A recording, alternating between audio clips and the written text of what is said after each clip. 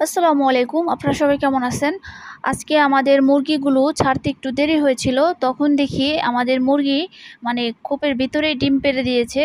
প্রতিদিন যেই জায়গাটায় ডিম পাড়ে ১০টা ১২টা বা ১টার দিক, তো আ গেছে কালকে ডিম পাড়ে নাই। তো আজকে হঠাৎ করে সকাল ভোরেই ডিমটা পেড়ে ফেলছে। তো আমি আবার খেয়াল করি নাই। ছাড়ার পরে দেখি ডিমটা পড়ে যেত, পড়ে ভেঙে যাওয়ার সম্ভাবনা ছিল।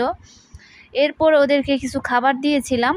খাবার দেওয়ার পরে এখন আবার দেখেন, এখন হচ্ছে দুপুর টাইম, প্রায় ২টা বা ২:৩০টার মতো বেজে গেছে। তো এখন মুরগিগুলোর অনেক ক্ষুধা লেগেছে। তো আমি আবার ব্যালকনি থেকে ওদেরকে দেখতেছিলাম। তো আমার ব্যালকনির মধ্যে আমাদের কবুতরগুলোও আছে, আর খরগোশগুলা তো আছেই। আর কবুতর কি হয়েছে, এখন প্রচুর পরিমাণে লোম উঠতেছে। আর কবুতর একবার ডিম বাচ্চা করার পরে আবার নতুন করে লোম ওঠে, তখন আবার একটু দেরি হয় ডিম বাচ্চা দিতে।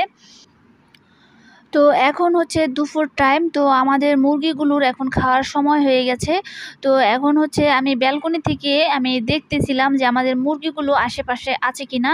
কারণ এই সময়, এই দুপুর টাইমে অফিসের সবাই এখানে চলে আসে। তো তখন কি হয়, বাইকগুলো এখানে জড়ো করা থাকে, যার কারণে আমাদের মুরগিগুলো ভয় পায়, আসতে পারে না ঠিক মতো।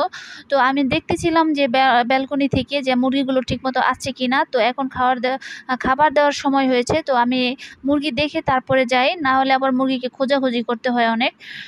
তো এরপর আমি হালকা একটু ডাক দেওয়ার পর দেখলাম আশেপাশেই আছে মুরগিগুলো, চলে আসছিল। এরপরে ওদের জন্য খাবার নিয়ে গেলাম। তো আজকে আবার আফিয়া বুড়ি বলতেছিল যে সে নিজেই খাবারগুলো খাওয়াবে মুরগিকে। এরপর ওকে আমি দিলাম, ওই নিজের হাতে খাবারগুলো বানালো, পানি দিয়ে মাখলো। এরপর হচ্ছে ও এখন খাবারগুলো দিবে। তো আমি মূলত আমার মুরগিগুলো পালি শখের বশেই ব্যালকনিতে আমি প্রথম শুরু করেছিলাম মুরগি পালন করা। কোয়েল পাখি দিয়ে সম্ভবত শুরু করেছিলাম, কোয়েল পাখি। এরপর পাশাপাশি মুরগি আনলাম, ২টা ১টা, এরকম করে আমার শখটা জেগে উঠেছিল। কিছু হালকা টবে গাছও লাগাতাম। আর শখ করে ইউটিউব চ্যানেলটা খুলেছিলাম। তো এখন আমার দেখতে দেখতে অনেকগুলো মুরগি আছে, গ্রামের বাড়িতে থাকি বলে একটু বেশি করেই পালতাছি। আর শখ করে মুরগি পালি, এ থেকে একটু ডিমের চাহিদাও মেটে, পাশাপাশি একটু মাংসের চাহিদাও মেটে, এটা খুব ভালো লাগে আর কি। আর তো আমার মুরগিগুলোকে আমি মূলত ৩ বেলা খাবার দেই। সেটা হচ্ছে সকালবেলা ভুসি, ভুট্টা ভাঙার গুঁড়া একসাথে মিশিয়ে, সাথে যদি ভাতের মাড় অথবা আটা থাকে, এটা গুলিয়ে একসাথে একটা খাবার বানিয়ে দেই। ওরা পেট ভরে খায়। খাওয়ার পরে ওরা বাইরে চলে যায়, মাঠে চলে যায়, এবং সেখান থেকে ঘাস, লতাপাতা, পোকামাকড় এগুলো খেতে থাকে। এরপরে হচ্ছে আবার দুপুর টাইম হয় যখন, তখন আবার আমাদের মুরগির বাচ্চাগুলোকে আবারও খাবার দেই, তো আবার খায়। এরপর যখন বিকেল হয়ে যায় তখন আমি আরেক বেলা খাবারটা দেই। এইভাবে আমার মুরগিগুলোকে ৩ বেলা খাবার দিয়ে পালন করতেছি। এতে খরচটা একটু বেশি হলেও কিন্তু শখ বলে কথা, এটা আমার কোনো বাণিজ্যিক উদ্দেশ্য না। যার কারণে আমি খাওয়া-দাওয়া কতটুকু করালাম, কি পরিমাণ করালাম, ওইটার একটা হিসাব করি না। তো দেখেন আমাদের সব মুরগিগুলো এখানে আছে। তো ওরা কি হয়, থাকার একসাথে যখন থাকে তখন ওরকম ঝগড়া করে না। এই যে দেখেন, আমাদের আফিয়া বুড়ি আবার এই যে কল থেকে হাত পা ধুচ্ছিল, কারণ ওই মুরগিকে খাবার দিয়েছিল, ওর হাত নোংরা হয়ে গেছিল। তো আপনাদের ইচ্ছা থাকলে এভাবে শখ করে ২-১টা মুরগি পালন করতে পারেন, এতে করে মনটা ভালো থাকবে।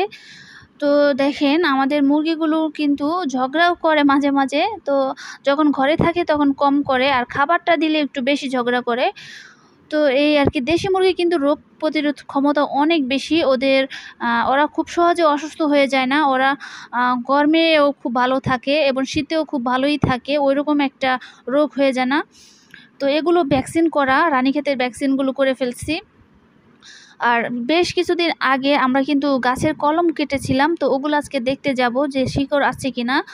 প্রায় ১ মাস হয়ে গেছে সম্ভবত। তো আজকে একটু যাব, দেখে আসি যে শিকড় আসছে কিনা। যদি শিকড় আসে তাহলে হচ্ছে ওগুলা কেটে তারপরে হচ্ছে আমি টবে রোপণ করে দিব। তো এখন আফিয়া এবং আমি যাচ্ছি ওই কলমের উদ্দেশ্যে, কলম গাছের কলমগুলো দেখতে যাচ্ছি। তো এই তো আমাদের ঘর, এটা আমাদের বাবার বাড়ি। তো আমাদের বাবার বাড়ি ২টা, ওই পাশে যেটা আমি আগে থাকতাম পুরানো বাড়ি ওইটাও, আর এই যে এটাও। তো এখানে দিয়ে এই যে চিকন সরু একটা কাঁচা রাস্তা গেছে, তো এটা দিয়ে চলে আসলাম। তো এখন হচ্ছে আমি ভিতরে চলে আসছি। তো এই যে পেয়ারা গাছটা দেখতে পাচ্ছেন, তো এই পেয়ারা গাছটা কিন্তু এবারই প্রথমবারের মতন ফলন দিয়েছে, পেয়ারা হয়েছে। তো ভাবলাম তাহলে এখান থেকে একটা কলম করা যাক। তো যেই ভাবা সেই কাজ, তো আমি কলম করেছি। আর এই পাশে একটা ডালের মধ্যে দেখলাম পেয়ারা ধরে আছে। তো আমি যেই ডালটা কলম করেছি, তো ওই ডালে কিন্তু কোনো পেয়ারা নাই। তো দেখতে পাচ্ছেন এই যে এটা কতটা শক্ত করে বেঁধে রাখছি। আর ভিতরের মাটিটা এখনও নরম আছে, শুকিয়ে গেলে আবার একটু পানি দিতে হয়, কারণ শুকিয়ে গেলে শক্ত হয়ে গেলে তখন কিন্তু শিকড় আসতে পারবে না। আর কিছুদিন আগে বেশ পরিমাণ বৃষ্টি হয়েছিল, যার কারণে মাটিটা ওইরকমভাবে শুকিয়ে যায় নাই। প্রচুর পরিমাণ রোদ থাকলে তখন মাটিটা শুকিয়ে যাওয়ার সম্ভাবনা থাকে, কারণ বাষ্প হয়ে পানিগুলো তখন উড়ে চলে যায়। আর এই পেয়ারাটা যেহেতু একটু বড় হয়েছে, তো এই পেয়ারাটা আমি ছিঁড়ে নিব এখন। আর পেয়ারাগুলো মাশাআল্লাহ অনেকটা ভালোই দেখা যাচ্ছে, আর মিষ্টিও ভালোই। তো সেই ক্ষেত্রে আমার মনের আশাটা পূর্ণ হবে, যে আমার একটা শখ ছিল মিষ্টি জাতের একটা পেয়ারা আমার টপে থাকবে। এর আগে কিন্তু আমি ঢাকায় একটা রোপণ করেছিলাম। তো আজকের ভিডিও ছিল এই পর্যন্ত। আপনারা সবাই ভালো থাকবেন, সুস্থ থাকবেন। আসসালামু আলাইকুম।